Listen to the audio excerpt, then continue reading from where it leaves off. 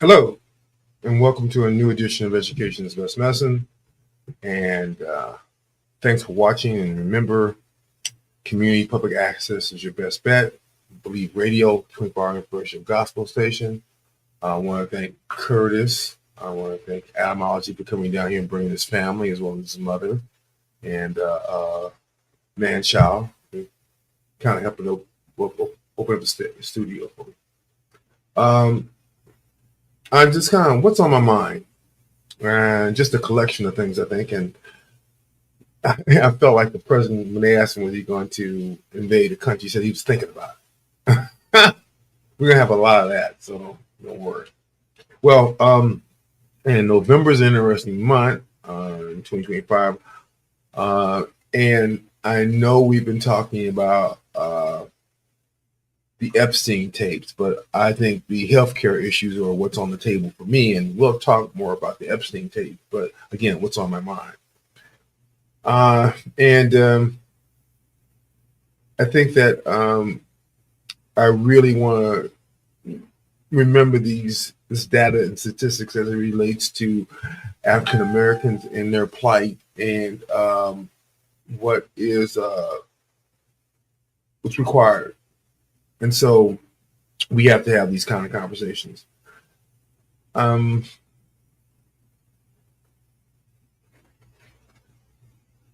then, first of all, I will continue to say that the Affordable Care Act, that's what it's called, not Obamacare.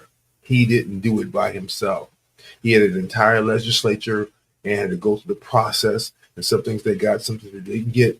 But the issue was to, again, allow for health care for those that had not had access. And what you have to understand that what was going on prior is that sick people just went to the emergency room and crowd the emergency room. And so folks that had real issues might not be able to get in because folks were being seen for primary care problems because they had no doctor, they had no insurance. So the expectation was where were they supposed to go. Again, lack of health insurance that requires a bankruptcy is one of the leading causes of bankruptcy in California and the country. America's a society of distractions. And so instead of us focusing on the Affordable Care Act, we're focusing on Epstein tapes. Important, but I think the Affordable Care Act and lack of affordable insurance for communities that I've taken care of in my career that did not have access and soon had access has become an issue. And I don't understand what the issue is because it's going to cost more to have them get sick and inundate the tertiary system, which is the hospital and the community hospital system and the nursing care homes, as opposed to addressing the problem before it gets that big. I think the data shows that and the information shows that. And again, we can have a discussion about that. But again, the big issue with this is that the subsidies that allow people to afford healthcare are going to be and were removed in terms of the this current administration and this current budget, and there's no discussion. So at that time, a bill becomes due like anything else. So let's talk about the bill that will happen in America. And again, you'd have to be living under a rock not to hear about the request to release the Epstein tapes and what that means. Epstein was just an individual, but there was a whole system, a whole trafficking system, a whole ability of the rich and powerful to evade justice. And that's what the concerns, what the issues for the victims, for the families, for what this has turned into. And we'll add some information about that because this was a self-inflicted wound.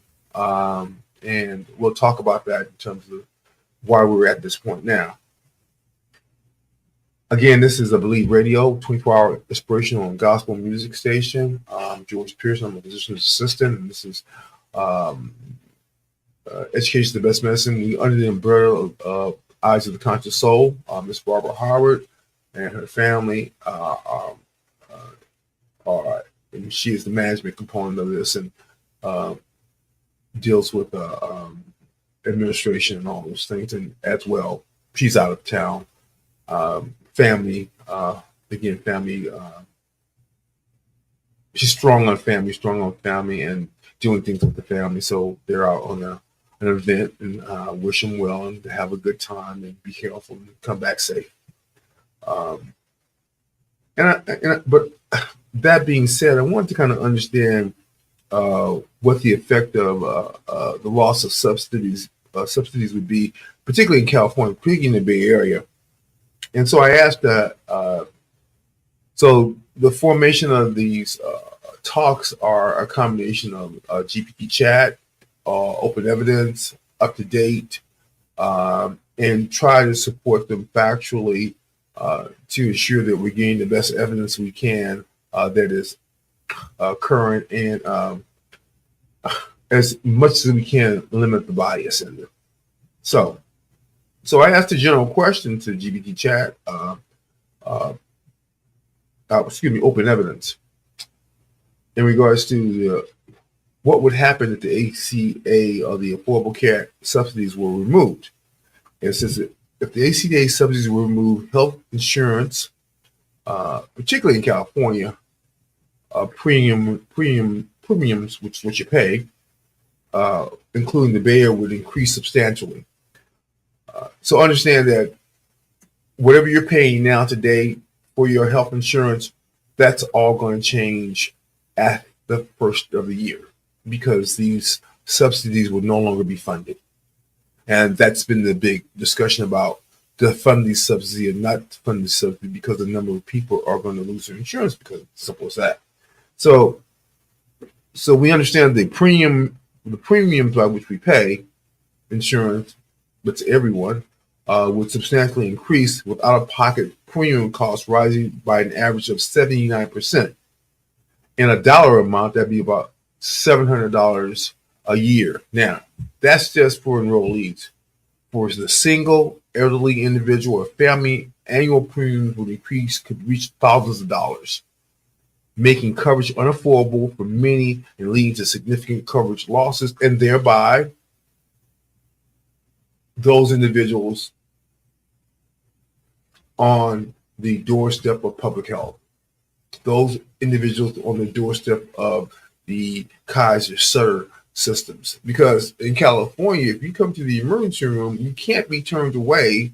You need to be stabilized and then move forward. Now, that's what's happening now. I don't know what's going to be the result of that. So we'll have to stay tuned. I need to get a document on my bag. So,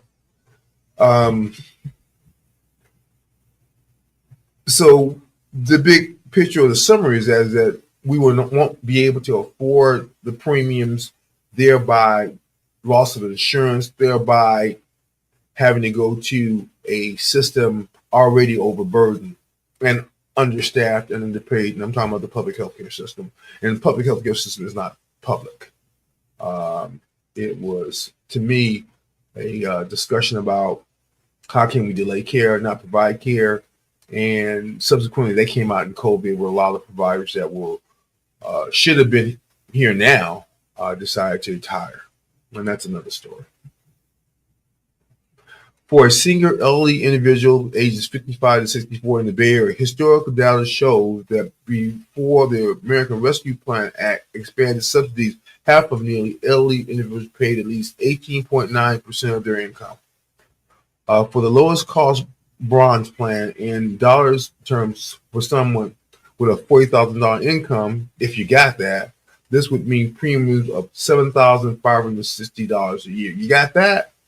So, before the ACA, if you were 55 to 64, because after 64 you can get Medicare, but the 55 to 64 group that were the working poor, basically making $40,000 annual income, this would mean the premiums would be 1/4 of their income, almost $10,000. You might as well say $10,000.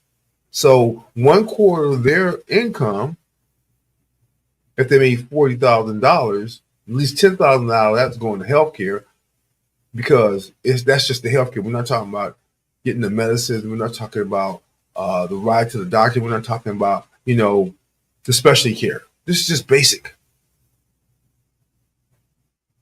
That's why it becomes a problem, and that's why it hasn't been discussed, because the math does not look good, and it has not looked good. So without subsidies, premiums could easily exceed $600 to $800 per month for older adults. You're making $40,000, and all of a sudden, you go from an affordable plan where you can pay for your insurance to something that takes so much that you can't afford to pay it, $600 to $800 a month. And that's an estimate. For families, the impact is even greater. For deductibles for silver plans without subsidies, were worth $3,000 for individuals and $6,000 for families. Since 2016? So what family could afford that? That's in 2016. We're in 2025. So times two, right? Double up. Nipsey Russell had a song called "Double Up." I'm listening to Nipsey Russell. He was I miss Nipsey Russell because he was taken from us by a violent act, a cowardly violent act, and I'd like to send out an apology and thought of love for Coach Beam's family of Laney College. As the reports come out, we'll find out that he was just murdered in cold blood, sounds like. He was a coach. He was a mentor. I went to Laney College. Barbara graduated from Laney College. So it's a community college system that has fed a lot of us education and allowed us to grow and learn. And some of those folks got their dreams fulfilled on Laney College football field. Coach Beam was a medical director. I was the athletic director, excuse me. And so for him to be murdered on the field that he worked in, the school that he worked at, is just totally incomprehensible for me. Of course, they found who they believe is the shooter, and we'll find out. Seems to be some discussion around his relative or brother or friend or being kicked off the team. So this individual decided to exact vengeance on Coach Beam. And so we wish the family the best and his healing. Let the community heal. A lot of the players and family members are just devastated by this. He had a lot more to give. Like my grandchild, she had a lot more to give. If you don't know, my grandchild, Jamie, was taken by gun violence a couple of years back. Shot in the chest 4 times. So gun violence touches everybody. Respect for human life touches everybody, or lack thereof. That's why I see in the rollback of these subsidies, it's a lack of empathy and care for someone that has less than you. Can you imagine why somebody like that would be having so many problems? We'll talk about that. This is a Believe Radio, 24-hour inspirational and gospel music station. I'm George Pearson with PA. Been practicing about almost 43 years in community and internal medicine family practice. Community health care. That's where my wheelhouse is. So imagine $3,000 for individuals, $6,500 for families, and that's the cheapest plan. That's the bare bones plans. But that was in 2016. It's much more expensive now, to the point of, I would say, unaffordable. Enrollment could drop sharply with millions losing coverage. The Congressional Budget Office projects that 6.9 million few people will be enrolled in the ACA market plan, and 3.4 million more would be uninsured if subsidies expire. The financial burden would be especially acute for low in middle income households who would face high burdens likely to delay or forego care, which what happens, right? Sick people get sick. They can't decide, am I going to pay my rent, my mortgage, or am I going to buy medicine? Easy choice, right? No, it isn't. And that's the choice we're having people to make. So the summary is removing the Affordable Care Act subsidies would dramatically increase premiums and out-of-pocket costs in California, making coverage unaffordable for many, especially older adults and families, resulting in substantial coverage losses and death and disability and trauma.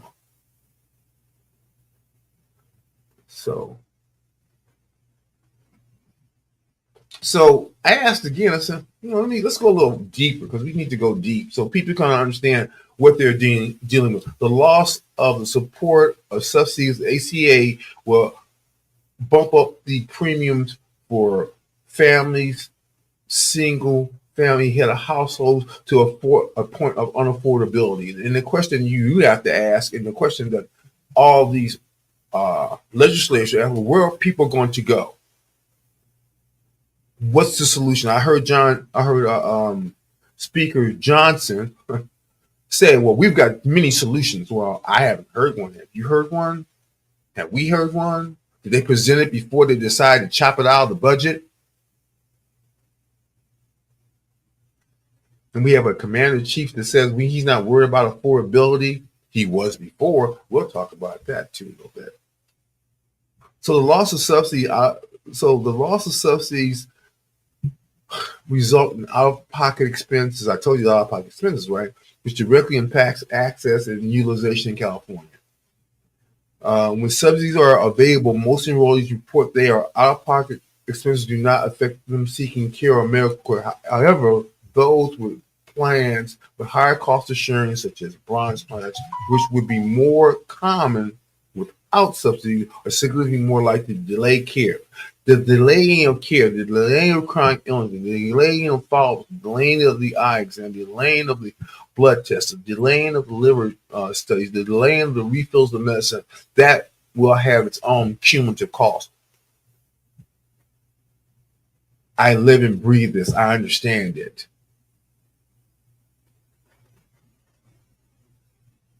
One of the questions I've always asked my employees, you tell me how my patients are going to get to my appointment, I'll tell you if they're going to make it. Simply put, if they get a ride to my appointment and the family member is available, they're more likely to get to my appointment. But if they don't have any transportation, they have to take 3 to 4 buses, and in some of my cases, bring family members with them, then they're not going to make it. And where you'll see them is in the ER, in the hospital, or unfortunately, in the morgue.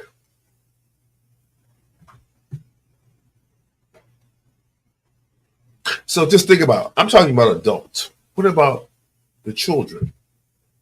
What about their ongoing clinical visits, vaccinations, well child visits, that kind of thing, sick care? What about the children? If you didn't think about someone like me in their 70s, but think about the kids. What is that going to do? How would that impact them? If a mother can't take her child to see the doctor without bankrupting themselves. It's always been dollars and cents, follow the money. And it tells you where the country's priorities are. It tells you this administration's priorities. You can deny children health care, but you don't want to protect those children from a predator. 75% of Americans voted for this present administration. Now that the shine is off the car, you see 2025, the playbook moving in and almost done. He's almost done. The hulling out of the Department of Justice, the hulling out of the healthcare system.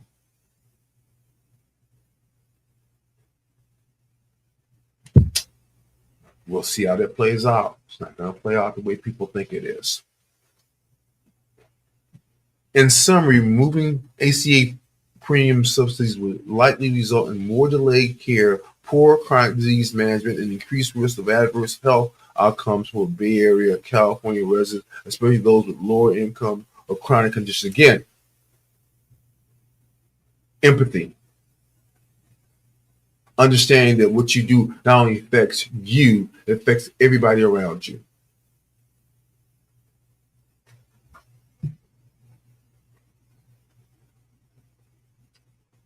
And which brings me to the Epstein files. And I asked the who, what, when dialogue about sex trafficking, and who made all this up. Was it campaign promise from the president administration? Was this a part of the Trump campaign? Because people need to be clear about that. Did this just kind of like come somewhere and people just decide they were going to focus on this, and we're going to lock them up, we're going to uproot all the predators out of the government, to nothing to see here. So I have Miss Bondi's case, there were files on my desk, and all of a sudden, nothing to see. Let's talk about that.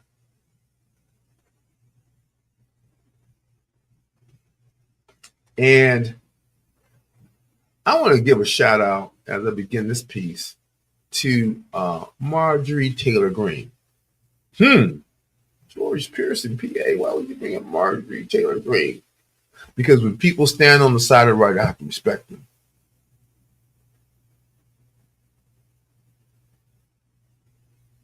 Regardless of what I think. And for her to stand up, I have to be a fervent supporter of the present administration, to take basically a bullet, because now they're talking about from the most loved female who supported Trump through all his stuff, and vice versa, one hand washes the other.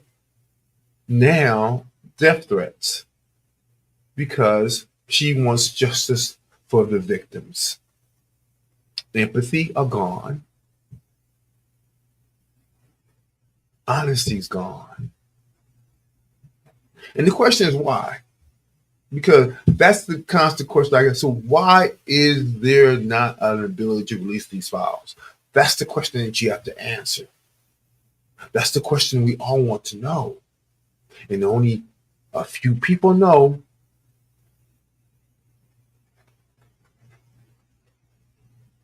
And I think she's right and spot on this.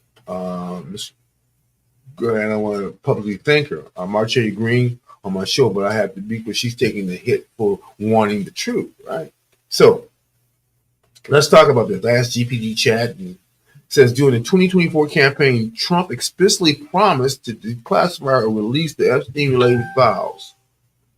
Key figures in this circle was Kash Patel, Pam Bondi, made public suggestions suggesting more transparency coming. So the president says he's going to release it. His top lead FBI says he's going to release it. So first, they must exist. Otherwise, you would say, oh, there's nothing here. But remember, you said there was something here. And then there was nothing here. Man, where do the delusions and voices come in? Because either that's bipolar or schizophrenia, hallucinations, psychosis, because you can't have your cake and eat it too. Or eat it too.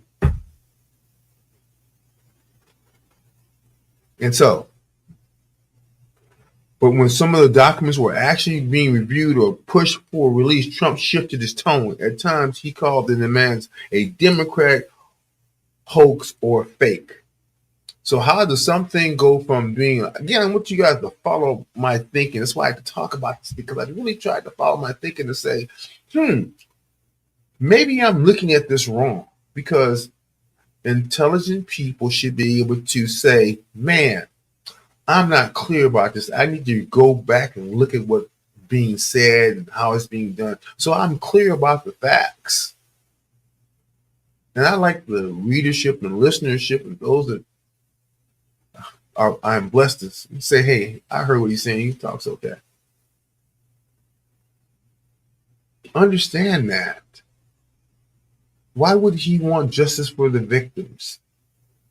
Why hasn't he apologized just as a person in power that says, gee, I'm sorry this happened to you? That's what was being said on the talk shows and all this kind of stuff. Okay. And I think about, I don't know why you wouldn't. Just to be supportive. Well, remember, he has been accused of a few things that are inappropriate. He said a few things about women's bodies that are inappropriate. And the American people knew what they were getting when they voted for him. Because he had told you, he had said it, he had acted it out, we had seen it. That's what the issue is. Is America have blinders on?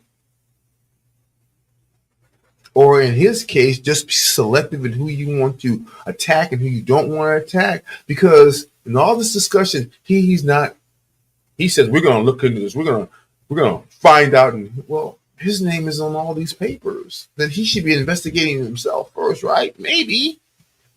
But no, because in cognitive dissonance, it means nothing to him. That's for someone else. The laws are for someone else, and Supreme Court has given all that. So the second issue they said were the Democrats in congressional oversight investigation. Several Democrat lawmakers have pressed the files. For example, Jamie Raskin and 15 other Democrats sent a letter to the AG Pam Bondi Manning, released the documents that reference or implicate Trump. In 2025, the Trump-Epstein Files Transparency Act was introduced into the House of Representatives by Rep. Ro Khanna. There is also a discharge position that, as of last count, has been approved. 218. So this is going to be a mass. It's going to be a mass exodus of folks not wanting these files released if you're a political person. So what does that mean? Up until the time you have to say you're for protecting pedophiles versus not protecting pedophiles, that's the stance you can have. How about openness in government? How about transparency? How about all the things you promised when this went down? Oh, they were looking for Obama. They were looking for just name somebody. They're really good for Obama. They wanted him to be on the list. And he was with his wife and children, minding his business. Oh, Clinton's in it too, huh? So what I find is that, when you're doing something that you know you're not supposed to do, you want to shed the blame or you want to cast him. He's been great about deflecting this, but this one is not working. And we need to understand why it's not working, because 75% of people voted for him. And there's still 22 to 33% of people still vote support him, regardless. This is where he walked down Fifth Avenue and shoot somebody.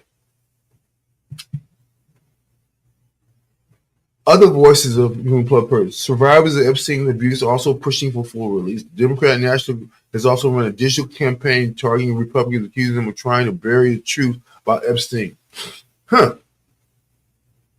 So, if I were him and didn't tell no tales, right? Epstein's dead. Then what's your options? Your options are to delay and deflect, but it's just not working. So subsequently, in the next week or so, there's going to be a vote on this discharge position, because I already have 218, and the people they were trying to manipulate to remove their names or not to sign it, they are not doing it, because that train left the station a long time ago. It did. So what's the take home is here? In 2024, Trump makes the campaign promise to declassify the Epstein file true. Early 2025, the DOJ under Panama released a first phase of declassified Epstein documents. True. What should be added also is they went to the Epstein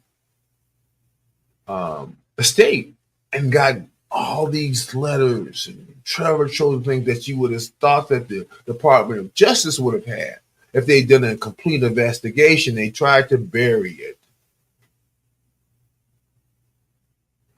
They don't even need to go through this.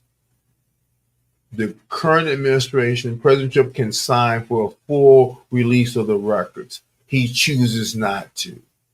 And the question you have to keep asking is, why does he choose not to? That would sell it. And if his name is in some places that it shouldn't be, it would come out, but it would be for the people to review. So the people aren't intelligent enough to review. The people don't have enough understanding to see right from wrong. The people don't deserve to understand. That's not a decision they should make, because that's what he's saying. He's saying it's a hoax now. It's a Democratic hoax. He's now at odds with Marjorie Taylor Greene. Why? Because she wants the truth? Man, this administration works on a lot of different kind of mental games. You can't be for the truth when you win. You can't just attack your enemies. If your name is on the list, don't you think you should be investigated? Oh, no. That's for somebody else. And the question is, what happened? Because if you're not bringing forth a discussion about, I didn't do this, he never says that, didn't say that. He says it's a hoax. And it's nothing to see there. Not that he didn't do it, not that this is all a lie, and that he's never had intimacies with young children girls or young children boys. That may be the discussion we have to have. And we have to keep the pressure on, because this is the administration that wants to attack Venezuela before they release the Epstein files.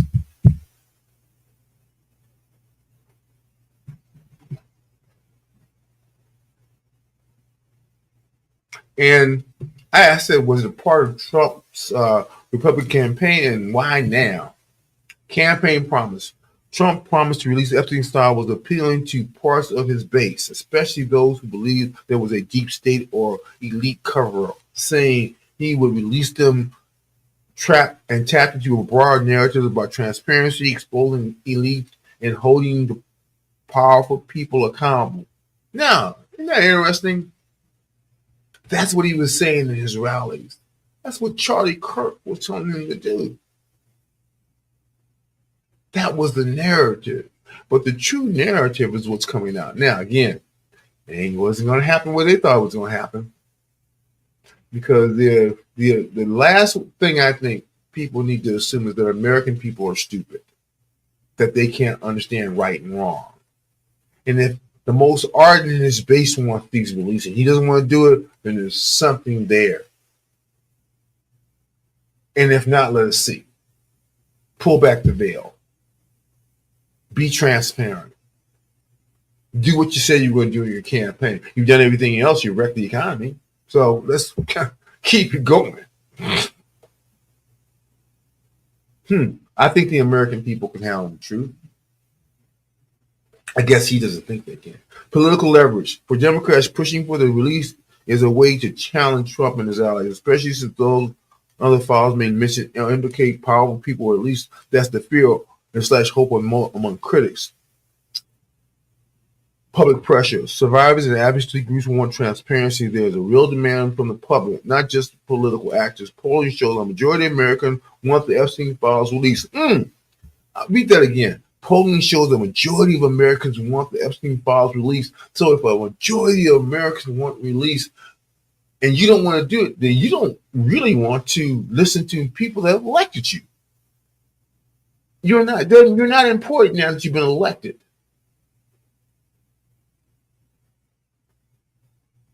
That's not the way to run a government. That's not a way to run America. But 75% of Americans voted for him. So he's doing what he said he was going to do, and I don't understand what the problem is. This is what he said he was going to do. This is what they said they wanted to do.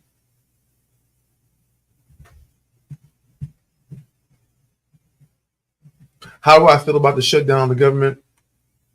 Something had to happen. Something had to throw some light on this.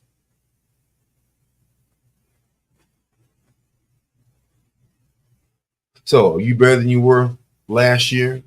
You feel your financial perspectives are better? You feel you can get a new job if you want to get a new job?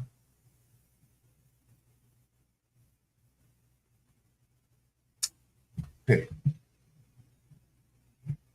Legislative 2, using a discharge position or a bill like the Epstein File Transparency Act is concrete to the force to vote, not just rhetoric. That's part of why this isn't just talk. Now, next week, we're going to find out who is in the camp of transparency and accountability and who wants to protect, as the legislature said, predators. It's just that basic. It's no more basic than that. Get your popcorn and watch, because somebody gonna blink. And this is not even process. Once they do the discharge position, they have to go to the Senate. The Senate has to prove it. And guess what? The president has to sign off on it. You think he's gonna sign off on it? You think presented with that document he was signing off, would it get past the Senate? But we need to know who's supporting pedophiles, so they can be removed from office. They need not longer to be representing us.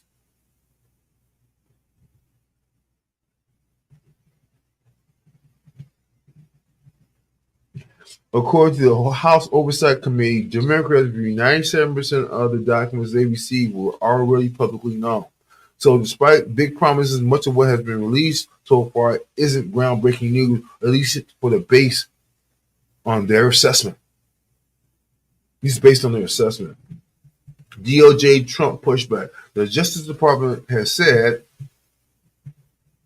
there's no client list for Epstein. Trump and his eye have shifted their message that started as a campaign promise, now gets framed as a political stunt, a hoax by opponents. Who uses that all the time? Who uses hoax? Who uses that word all the time? So you mean he was subjugating a hoax on the American voters and people, and he knew that to just get elected? So, no moral compass, huh? 75% of Americans voted for him. Legislative challenges.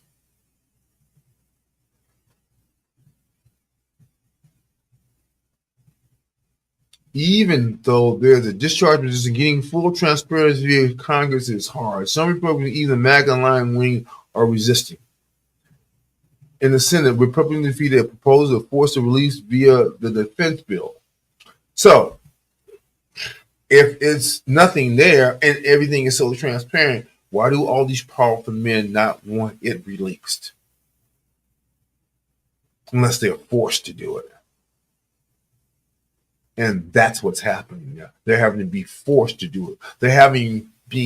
You're having to force your government to be transparent with you about something that you said you knew about, and now you don't know about. Or now it's a hoax. Be careful what you wish for. You'll get it. As things progress, Trump's primary change from I released everything to warning that people wanted to see might be misinformed or planted documents. That helps him deflect, especially if released documents don't contain a smoking gun his base might have expected. If that's the case, then release them.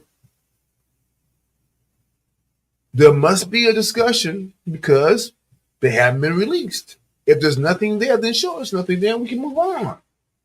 And why would you have went through this in the first place if nothing was there? The bottom line. Yes, the Epstein Files release campaign is real and it was part of Trump's 24 campaign promise to keep players, Kash Patel, Pam Bondi, and the GOP side, Democrats like Ro Khanna and Jamie Raskin and Thomas Massie pushing for transparency. Why? It's about political leverage, accountability, and the perception of powerful people connected to Epstein were protected. What changed? When documents started coming out, most were not new to Trump, and allies scaled back the committed publicity. Congress is divided. There's a big gap between the promise and what's actually been released. Result: lots of public frustration from survivors, activists, and some parts of Trump's base. But so far, transparency has been much limited than people had hoped. Interesting, huh?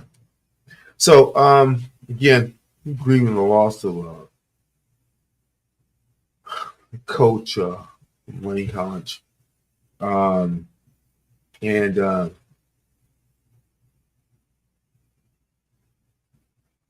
we need to be better.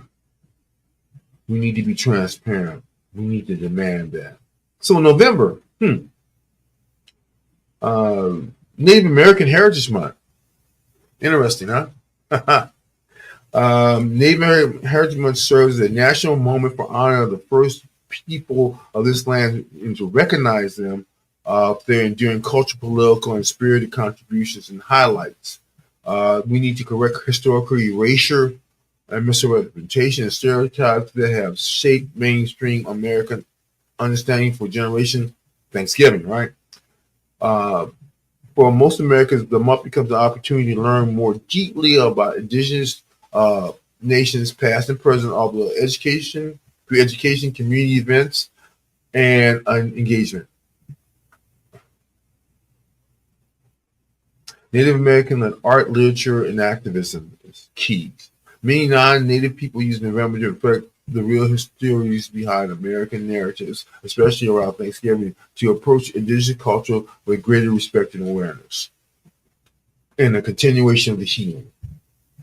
Generational trauma is still real, but so is generational strength. From the 25 narrative voices emphasize healing through ceremony, artist medicine, education is best medicine, reconnecting with the land, community-centered healing practice, restoring ancestral wisdom, the national families, and that's really important.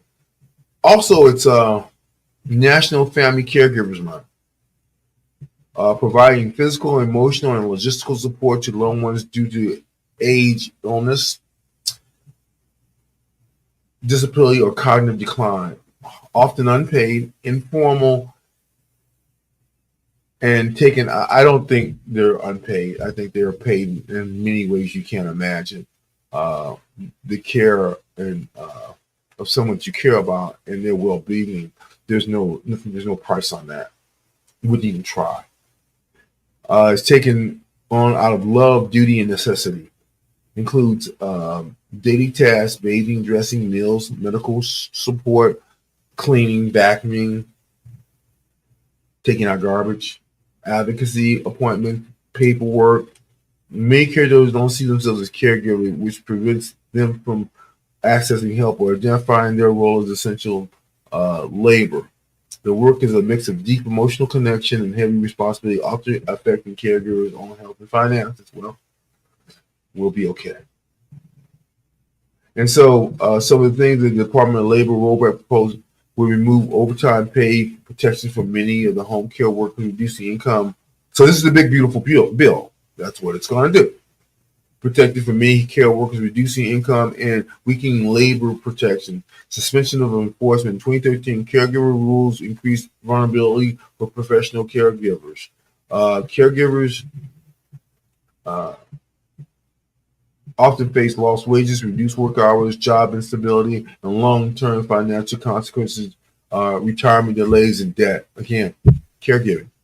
Public programs like Medicare remain uncertain. Funding cuts or restructuring would directly harm caregivers who rely on long-term care supports. And again, where do people go? If family members don't have the resources to take care of folks in home, where do they go? They have to place them. And then they say there's not enough room for placement. So there is a person in a revolving door, like homeless, like mental health in a revolving door, like incarceration in a revolving door. Many caregivers thrust into complex medical roles without training. I know that for a fact. Despite care coordination, mental health support remains inconsistent or insufficient.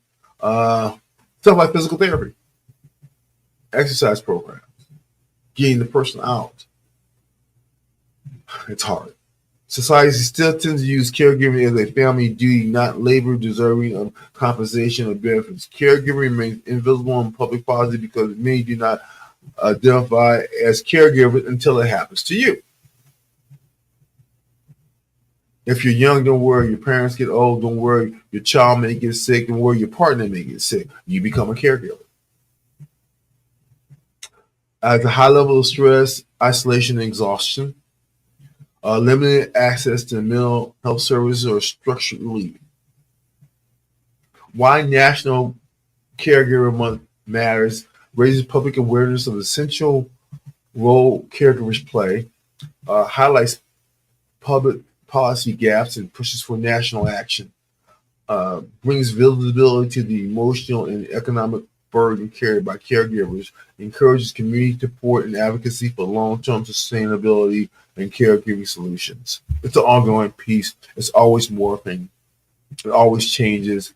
The Savage generation had parents on one side, grandparents on one side, and children in the middle. Squeeze. This is American Diabetes Month. American Diabetes Month observes every November in the United States, highlights the growing public health challenge of diabetes with particular focus on prevention, early detection, and management. In California, especially Southern California, diabetes prevalence mirrors national trends but is shaped by unique regional demographics. Prevalence in California. In Southern California, the mean prevalence of diagnosed diabetes among adults is approximately about 11.3%. For every 100 people, there's 10 people that have diabetes. 10 people don't have. Closely matching the national average of 11.5. However, prevalence varies widely by census tracts, ranging from 1.4 to 33.6%. So, although the average is 11.3%, you can go into particular communities, and the discussion is, you tell me your zip code, and I'll tell you what you're going to die of, and probably when you're going to die. Definitely what you're going to die of, and what you're suffering from, and that is very clear. Highlands versus the Flatlands in Oakland. Although I don't know if it's changing, they're shooting folks in the skyline. So again, this gun violence is immeasurable. It's affecting all facets of society and life. You probably can't tell me you don't have a friend of a family member that's been touched by gun violence. Just can't say it. That's why it would kill me when certain communities say, well, this has never happened in my community. Well, because it was going to happen, or it's been happening, you just didn't see it. However, prevalence again varies widely, anywhere between 1.4% in some communities and 33% in others, reflecting significant local disparities. Like in Los Angeles, the age-adjusted prevalence of total diabetes increased from 10.5% to 14%, with prediabetes affecting almost 4% of adults. This is diabetes.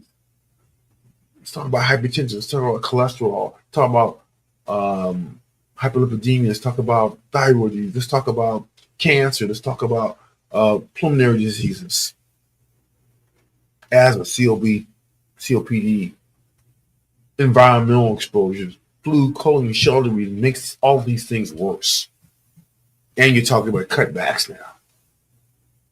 Gender differences now. Men have a higher prevalence of total diagnosed diabetes than women. This pattern is consistent with California, although data says social behavioral factors may modulate these differences. Again, and in people of color communities, it's twice that, 3 to 4 times that.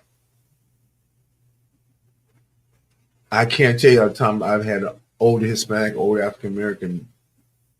I'm 70 now, so older it goes from 50 to 60 and above. Not being treated, not on medicines, not on insulin, not taking general care, not having recent eye exams, not having recent foot exams. That's why in EPIC, which is the electronic health record standard right now. Before that was Next Gen. They have care gaps where people at a certain age point, prostate exam, PSA, A1C, hypertension checks, eye exams, foot exams, just general stuff. So age distribution, diabetes increases with age. Surprise, in Los Angeles County, adults age 65 and older have the highest prevalent rate in 1 in 4 affected by diabetes and 1 in 2 affected by 2 diabetes. That's 50% of people. Key regional factors in Southern California: physical inactivity, lack of insurance, food insecurity, routine checkup are the strong correlates of diabetes prevalence, differing from national average, with obesity, food stamp participation, older age, and racial and ethnic minority status are more prominent in the large Hispanic population and Hispanic and in general, people in general, but definitely Hispanic community, definitely African American, definitely Asian. Asians are underrepresented. In summary, diabetes prevalence in California is high and rising with the marked disparities by age, gender, and local socioeconomic factors. The most common comorbidities associated with adult patients with diabetes are hypertension, hyperlipidemia, overweight, obesity, chronic disease, cardiovascular disease, depression. Hypertension is the most prevalent comorbidity. Heart attack and stroke, affecting 82% of adults with type 2 diabetes, followed closely by hyperlipidemia. Right? Makes sense. Elevated blood pressure, elevated lipids, blocked coronary arteries, vascular disease, heart attack, stroke, inflammation. That's why a lot of the treatments are anti-inflammatory. That's why plant-based diets are anti-inflammatory. And one of the natural ways of fighting this is how you're eating. We eat too much salt, too much sugar, too much of everything that we don't burn off. We don't drink enough water.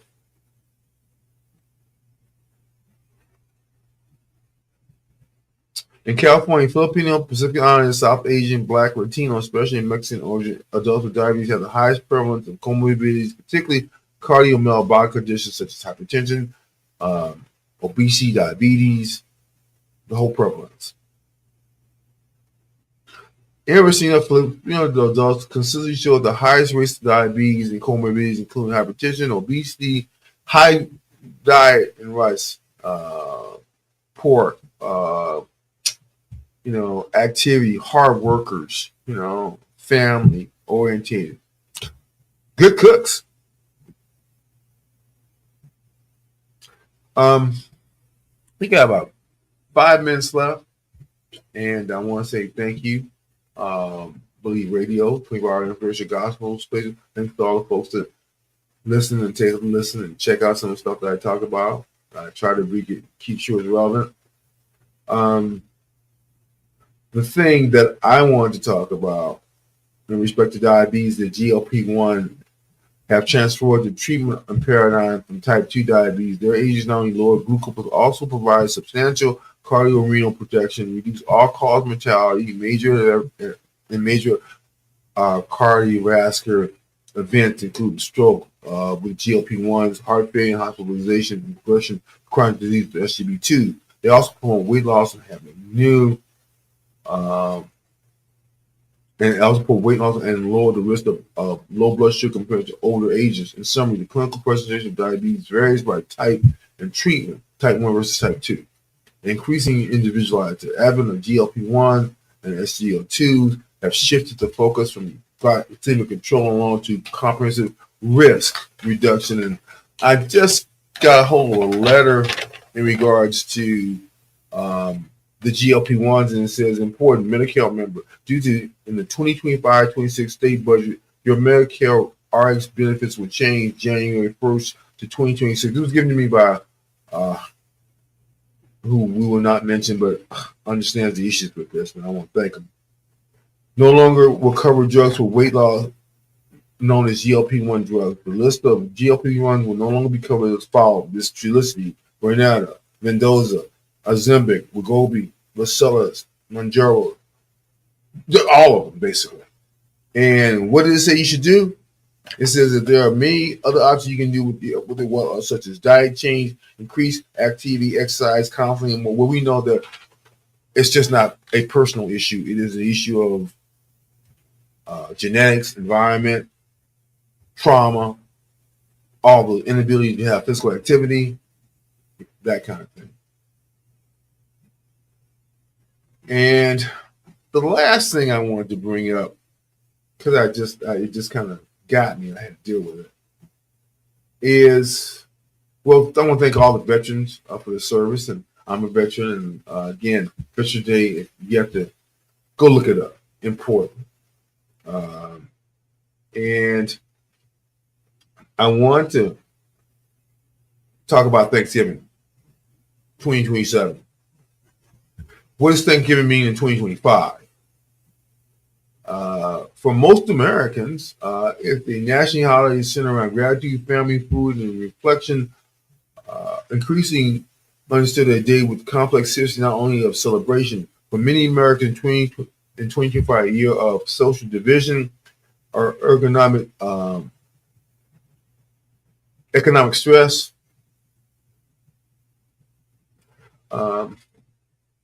cultural reevaluation, calls for historical truth, which deepens the conversation around what Thanksgiving should represent. More people are using the day to volunteer, to support food justice movements, acknowledge indigenous communities, and to reflect on America's past with honesty. In other words, Native Americans are the reason why we have America. And our lineage points back to people of color populating America before Americans. So the significance of Thanksgiving in America today, it remains one of the most important U.S. cultural holidays, a time for commitment service. It serves as a reminder to pause and reflect on what we crave despite national challenges, symbolize the American ideal of the community, hospitality, sharing, and abundance. But in 2025, there are more layers to that. Americans are thinking who was left out of traditional narratives and how history has been simplified or sanitized. Groups statistically neglected in Thanksgiving story, indigenous, especially the indigenous people, the Wagabi people, the story of police mean much peace while their land and culture were violently taken, enslaved Africans and African Americans, and labor built early colony but erased from the Pilgrim narrative. Other oppressed groups experienced the ideas colonial story, women and children were perspective with silence, not English settlers and diverse communities later, and should this simplified textbook version includes epidemic induced by Europeans, settler expansion, broken treaties, cultural suppression. Should Thanksgiving be renamed? What do you think? Some indigenous leaders, advocates suggest Indigenous People Day of Remembrance, National Day of Mourning, Day of Acknowledgement. The idea is to not erase, but to show gratitude and to tell the full truth. We got a problem with that, don't we? The 1620 gathering between Wagabi and Pilgrim was not a formal holiday, not a peaceful turning point, not the origin of national celebration. It was a tense, temporary alliance shaped by woman survival strategy after epidemics decimated the tribe. You know that? The people that saved them were wiped out by epidemics brought by those settlers. English settlers' hunger and lack of self-sufficiency. So without the Wagabi tribe, then the settlers do not make it through that first Thanksgiving. And learn how to teach the true history of the Wampanoag tribe, spelled Wampanoag, and other tribes that were important in the survival. I want to thank you for watching. Happy Indigenous Peoples Day. Tell truth to the folks that need truth told to them, and we'll see you in a month. Thank you.